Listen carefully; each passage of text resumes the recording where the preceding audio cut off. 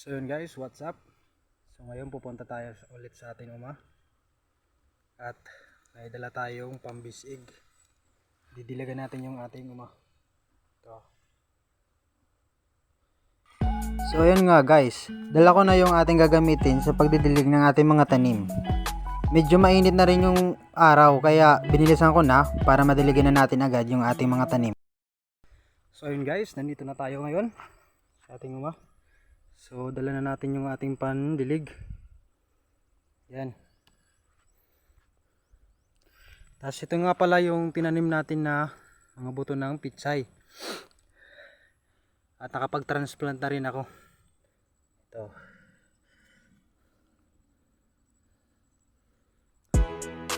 So yun, sisimula na tayo sa ating pagdidilig sa ating mga pitsay. So dinadahan-dahan lang natin at sinisigurado natin na lahat sila mabibigyan ng supply ng tubig.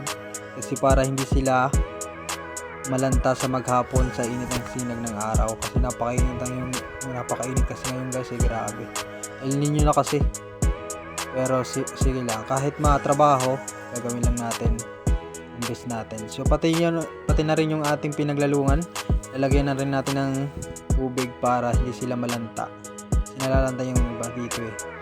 So yun guys, ayusin ko yung iba dyan kasi natutumba na. Kapag natamaan ng sinag ng araw is malanta kasi yung iba dyan nalalanta talaga at nababali yung kanilang katawan eh. Nababali sila dyan. So yun guys, tapos na tayo sa ating pagdidilig. Pupunta naman tayo sa ating pagsasadol. Hindi ko alam yung Tagalog dito sa pagsasadol, pero dito sa province amin tawag talaga dito pagsasadol. Parang pinalalambot namin yung lupa para maayos yung pagkatubo ng aming mga tanim, tubo ng aming mga pichay or kahit anong tanim.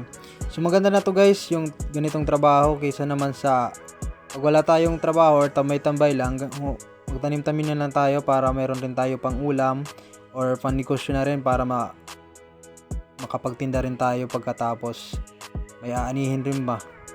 So ayun, medyo nahirapan ako dyan kasi mayroong dyan mga tuod, mga gamot. Ito yung Tagalog yung mga gamot ng tuod na yan. Dito sa amin, gamot or tuod, yung kanang puno.